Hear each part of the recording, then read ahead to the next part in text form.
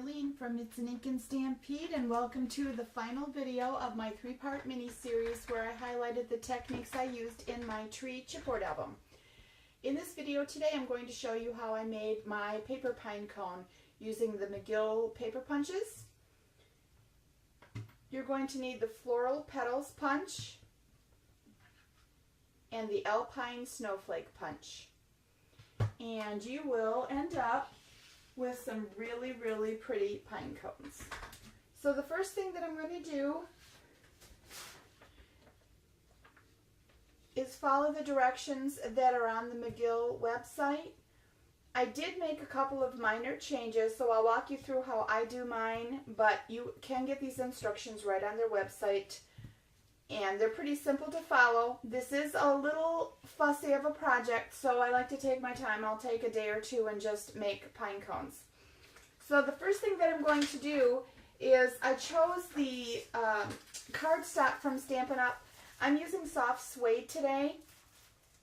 It looks really nice once you ink the edges, and I'll show you that in just a moment. So I'm going to need a few shapes here. What you're going to need for your large pine cone, I'm doing the large today. McGill instructions also have the small pine cone on their website, but I'm going to do the large pine cone. So what we're going to need is one of the alpine snowflakes. You're going to need 8 of the 1/2 inch petal shapes, 4 of the 3/4 inch petal shapes, and 15 of the 7/8 inch petal shapes. And there are 4 shapes on the McGill punch. We're not going to use the 1 inch. You can use those for another project anytime. So I'll punch out my alpine snowflake. You only need 1. Put your paper in. I use 2 hands on this because the Stampin' Up cardstock is 80-pound cardstock and it's pretty heavy. Designer paper of any kind, pattern papers, they punch out a little bit easier. So you have to put a little muscle behind this for doing the regular cardstock, especially if you're using Stampin' Up. So we need 1 snowflake, and then I've done some prep ahead of time, so I'm just gonna punch a few of these out for you, and I'll show you how I did them.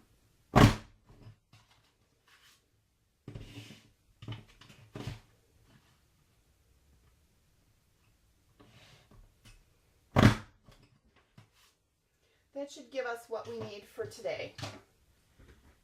Now like I said, the 1 inch shapes or petals you're not going to use, so I just set those aside for another project. I have prepped some ahead of time, as I said, so what I'm going to do is just show you how to start preparing these. Alright, the first thing that I'm going to do is I'm going to ink the edges. This is the one little step that is not in the McGill instructions, but I like to put a little bit of ink around the edges to kind of highlight and shade a little bit more. So I'm just going to show you how to ink the 3, and then I'll bring in the ones that I've already prepped.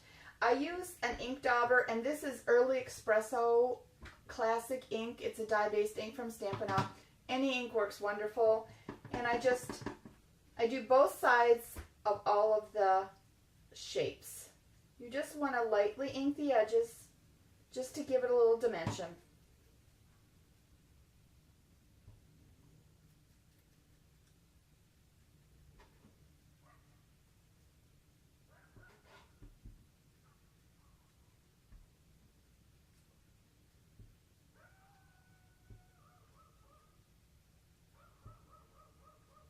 Okay, that one's done.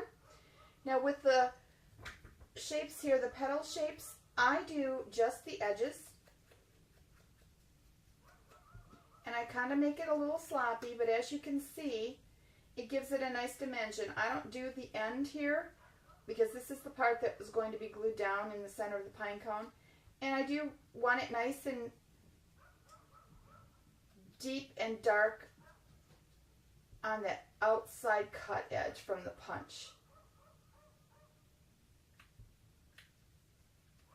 And you should be able to see the difference between, I have an extra one over here, one that's inked and one that is not inked. So the instructions on the McGill website have them this way, And I just happened to ink mine just to give it a little extra. So you're going to do this, if you choose to ink, you're going to do this to all your petals or all your shapes in all the sizes. By referring to the directions that I made for myself here, once you get your Alpine Snowflake punched out and you have this inked, you're going to need to trim the outside ends on all 6 sides of this little piece of snowflake. So I'll show you what I did with that. You just take your scissors and you just want to trim where these 2 little points are. Just put your snips in and go around and trim all those outside pieces off. You don't need this pine cone this is going to be a base, so you don't need this pine cone base quite as high as the punch will allow it to be. So you snip it back.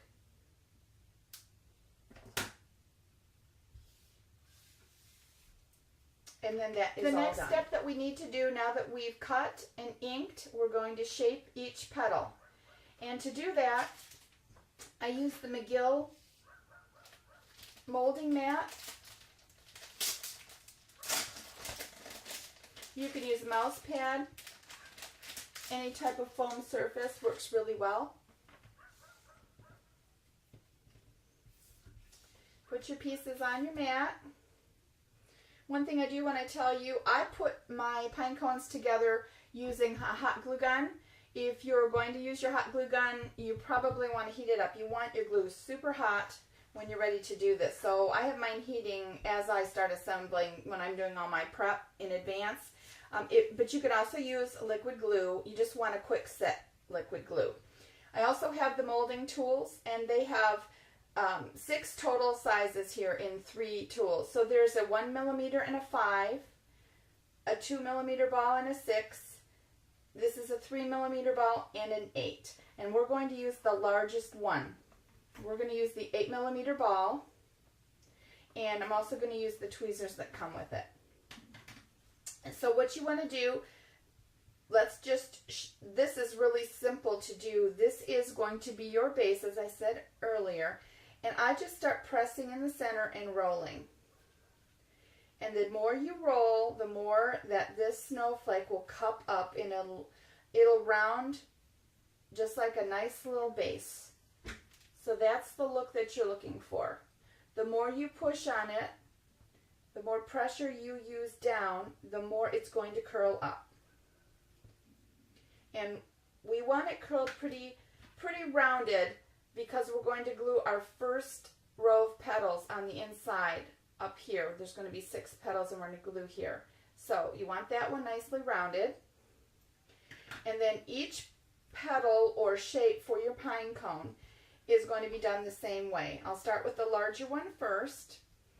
You take your 8 millimeter ball again and you go around the outside. And I'm not doing real firm pressure, just gentle pressure, but I do push a little bit. And as you see it starting to curve, you go around into the middle. You can also go around the outside edge like you did with the other one and then go back and forth.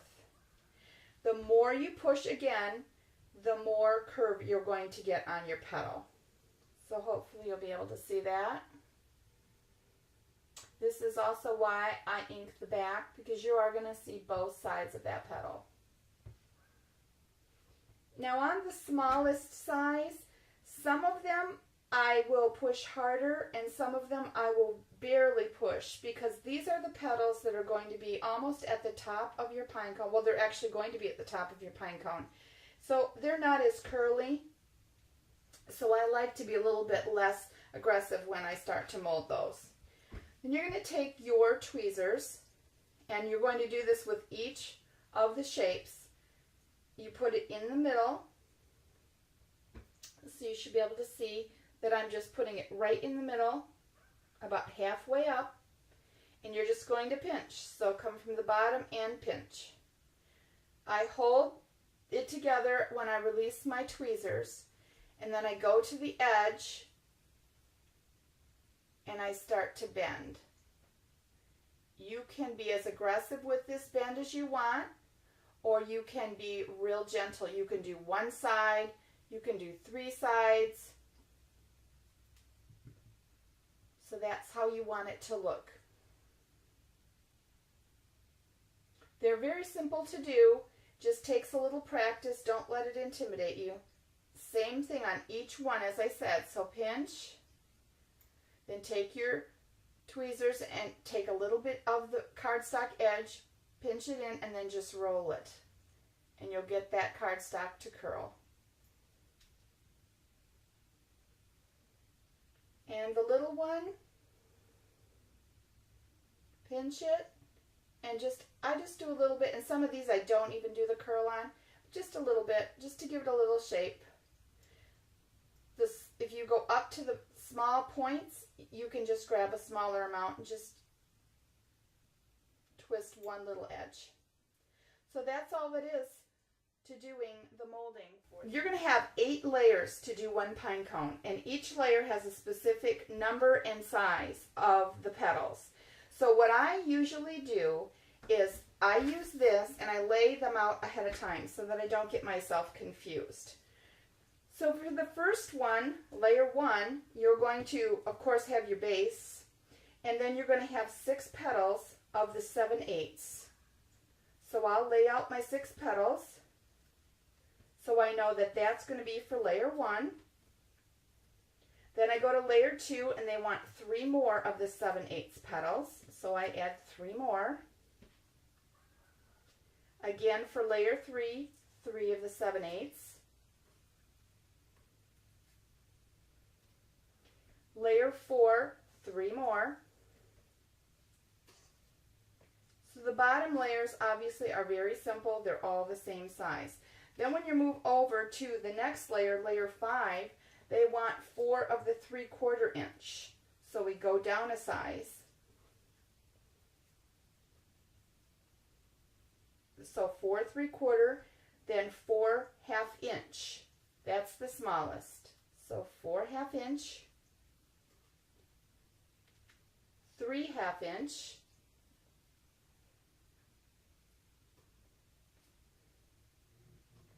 and the final one is just one left. That's going to be right on the top. So you can see that makes it easy for me not to get confused. Another quick tip that I wanted to share with you before we get ready to assemble is on the instructions on the McGill website, they say to use black foam pop dots, and I don't have any of those. And I tried to use the white, and the white showed, so obviously that's why they wanted the black. But I found I've just used my hot glue gun and made my own little hot glue dots. Once they cool, I use those. I have to glue them on because they're not sticky, but they work really well, and I'll show you how I did that in just a moment. So we'll be back in just a second to start to assemble. All right, we're back to do the assembly of the pine cone. I'm zoomed in a little bit closer so you can see some more of the detail of it. First, I wanted to show you how I did those little dots that I showed you earlier. And all I do, this is the craft mat from Ranger, and all I do, and I have the little stand down. I don't necessarily even pick up my glue gun. I just pivot it down and squeeze out a few little dots.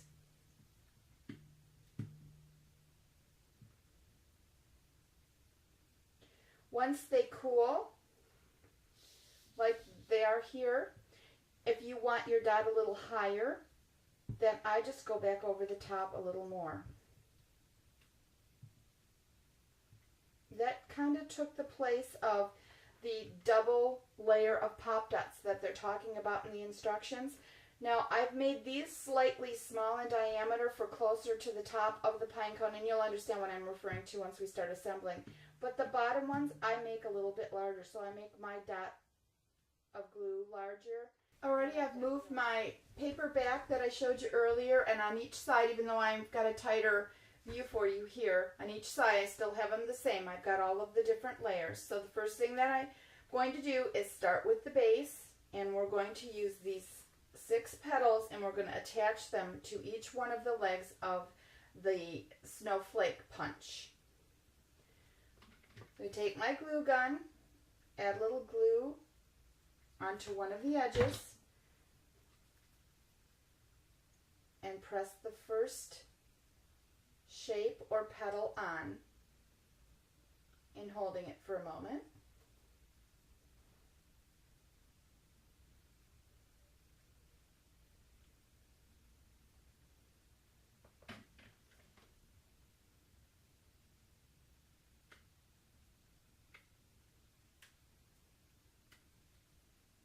Move on to the next one.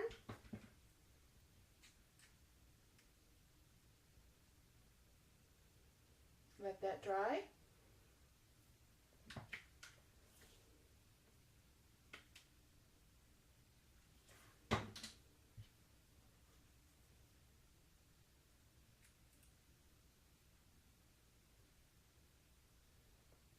Continue around and put all 6 on.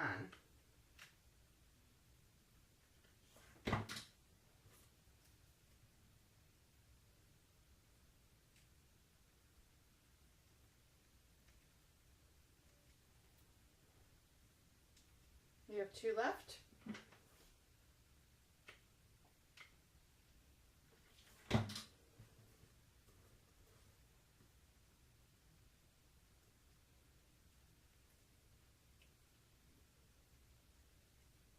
These petals are easy to move up. If you can't see, you can move them around so that you get better access to where you're trying to glue. Don't put a lot of glue on. I just put enough to adhere it. I don't want too much oozing. Just hold this nice and still till it's nice and set up. And this is what you'll get on the back. If you have any glue that starts to ooze out, being hot glue, if you run your heat gun at the end, it'll melt back and you won't have any of the strings. This isn't too bad, but it will peel off also. It's your own preference. So here's your first layer. Now this is where, instead of using the black pop dots, I use my own glue dots that I made. So put a little bit of hot glue in, not a lot, just enough to get it to where you can adhere your handmade pop dot into the center. I used the tweezers from the molding kit to hold these down.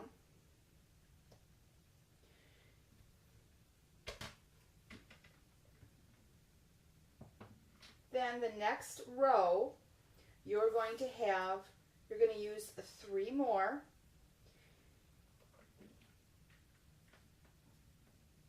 Put glue on the back of that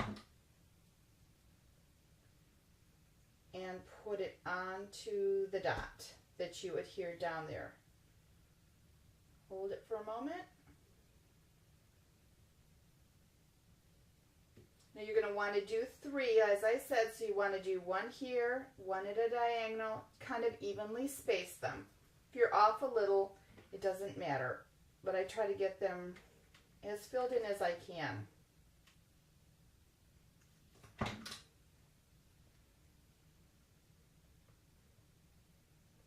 And you're adhering these onto the top of the glue dot.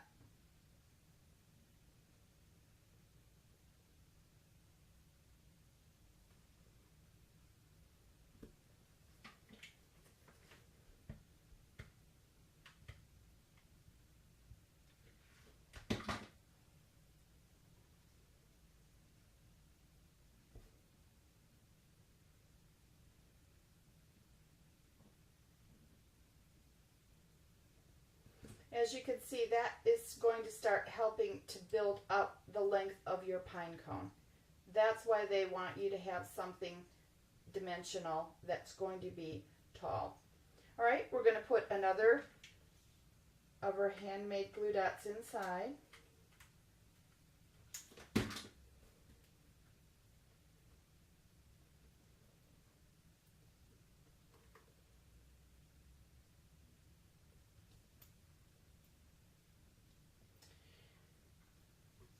I use the larger ones, as I mentioned earlier, and that's why you're at the larger part of the pine cones. You want to do the larger ones first. This is why some of them I have built up twice as high, so you get as much height as you want.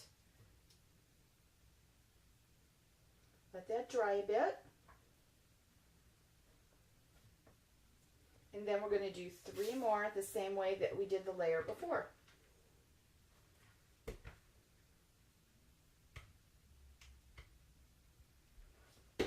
You're going to space them the opposite of the layer below.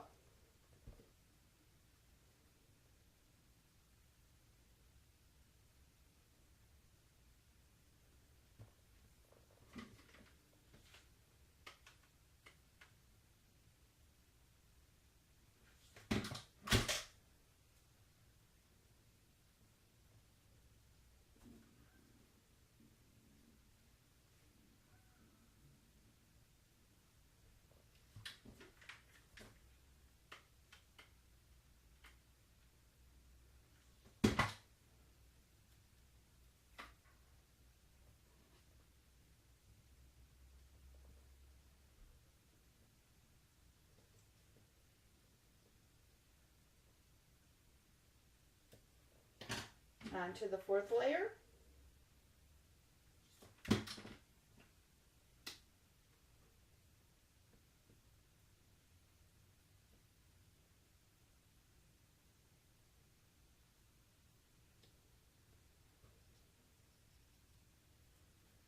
According to my little notes, I need 3 more again. Same application.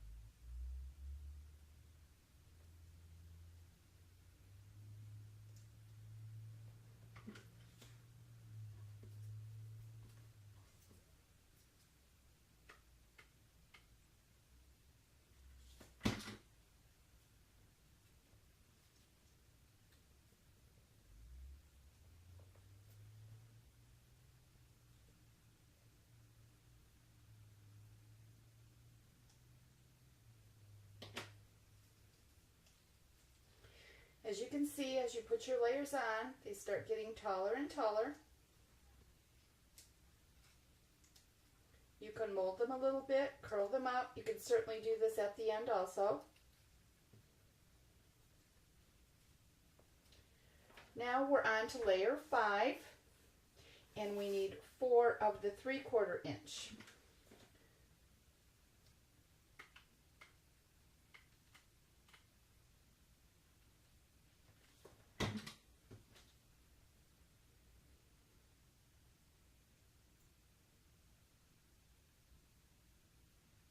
So you just continue layering, and I'll be back when we get to the last layer and show you how I finish up. All right, I'm on to my last 2 layers. I've already put 1 petal on, and I have 2 more left here, and then I just have 1 more for the top. When I get to layer 7, I like to bend this little stem piece back and repinch it, and then when I put the hot glue on, I glue more to the side of that glue dot. I want these more standing up. So I'll pinch them and hold them up straight and let the glue cool.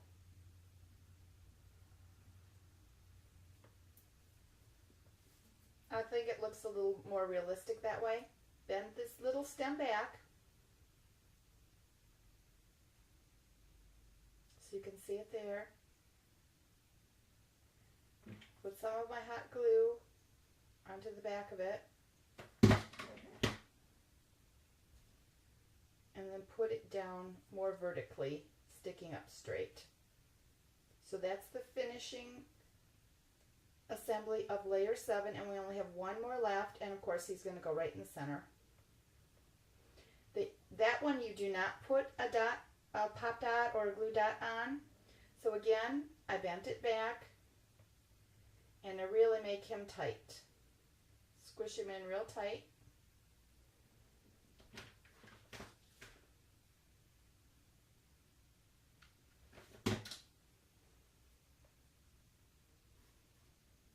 And nest that final one down inside. And there you go, that's your pine cone.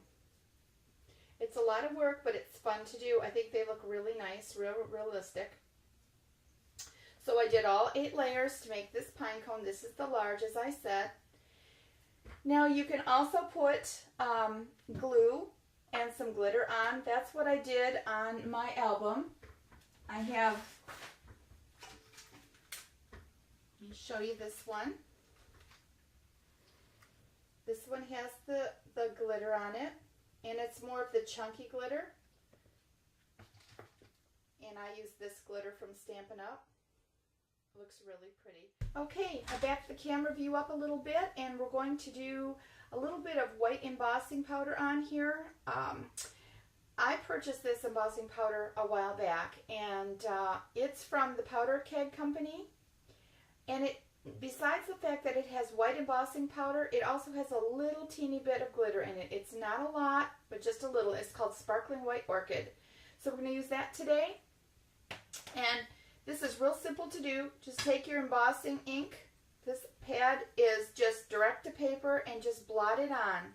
We don't want a lot. We just want a little bit of an effect.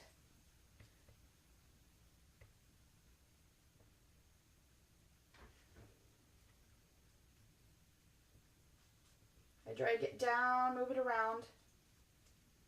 If your pad is nice and juicy, you'll get a lot of ink that'll look, you can even get a little bit on underneath, because depending on how you're going to mount that on your project, you might have a little bit of snow around the edge also. Piece of scrap paper, I just lay my pine cone down. Pour the embossing powder on the top.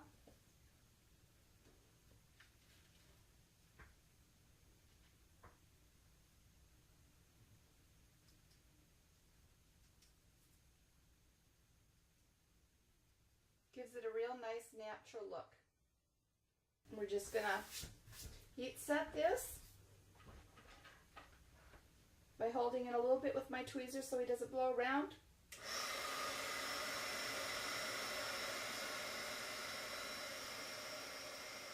And just let it set for a minute, because of course I use hot glue guns, so that makes my hot glue heat up just a little bit, so I just like to hold it nice and still. And there you are. It's your finished pine cone for your album. And thank you so much for stopping in. See you again. Bye.